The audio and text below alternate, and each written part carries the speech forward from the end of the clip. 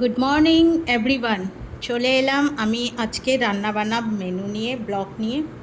প্রচুর প্রচুর গরম পড়েছে। আপনারা সবাই গরমে কেমন আছেন জানাবেন কমেন্টসে।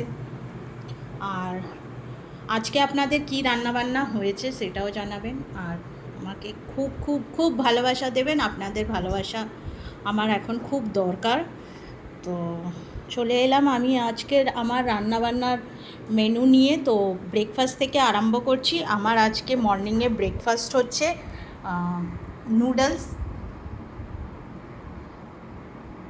নুডলস করেছি।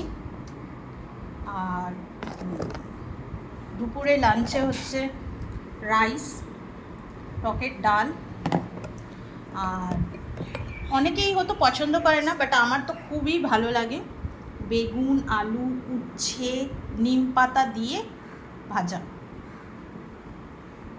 আর হচ্ছে এখানে হচ্ছে আমার ফ্রুটস, যেটা হেলদি। আর এখানে হচ্ছে দই কাতলা।